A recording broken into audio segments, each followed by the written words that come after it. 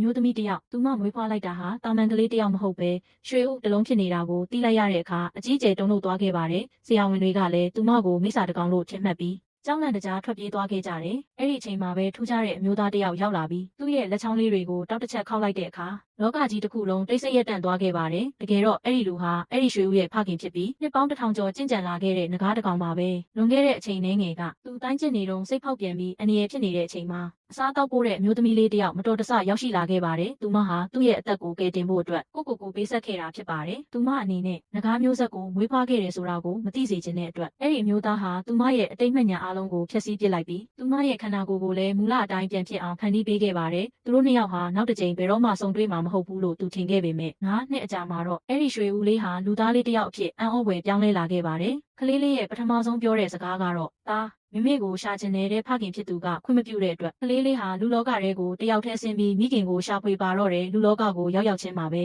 သူဟာအယောင်သွေးစုံတဲ့တကြားလုံးလေးတွေကိုသဘောကျပြီးပတ်စံမပေးဘဲယူစားမိတဲ့အခါဆိုင်ရှင်ရဲ့အနိုင်ကျင့်ခြင်းကိုခံရပါတော့တယ်အဲ့ဒီအချိန်မှာအစားတောက်လိုက်ပို့နေတဲ့သူမဟာကလေးလေးကိုမြင်တွေ့သွားပြီးဆိုင်ရှင်ကိုပတ်စံရှင်းပေးကကယ်တင်ခဲ့ပါတယ်ကလေးလေးဟာသူမကိုမြင်ချင်းပါပဲဘာကြောင့်မှမသိတဲ့ရင်းနှီးမှုကိုခံစားလိုက်ရပြီးမေမေလို့ခေါ်ကဖက်လိုက်ပါတော့တယ်သူမကတော့ကလေးလေးလူမားနေတယ်လို့ပဲထင်ခဲ့တာပါဒါပေမဲ့သားဖနှစ်ယောက်ဟာသူမကိုလုံးဝလက်မလွတ်နိုင်ခဲ့ပါဘူးသူမရဲ့အခက်အခဲတွေကိုကူညီပေးရင်းနဲ့နောက်ဆုံးမှာတော့ကန်ကြံမာဟာသူတို့၃ယောက်ကိုတအိမ်ထဲမှာပြန်လဲဆုံစည်းစေခဲ့ပါတယ်သူမဟာသူတို့သားဖရဲ့တကယ်အရှိတရားကိုမသိသေးပေမဲ့သူတို့ရဲ့နှွေးထွေးတဲ့မေတ္တာရိပ်အောင်မှာသူမရဲ့ဘဝတစ်ကိုစတင်ဖို့ဆုံးဖြတ်လိုက်ပါတော့တယ်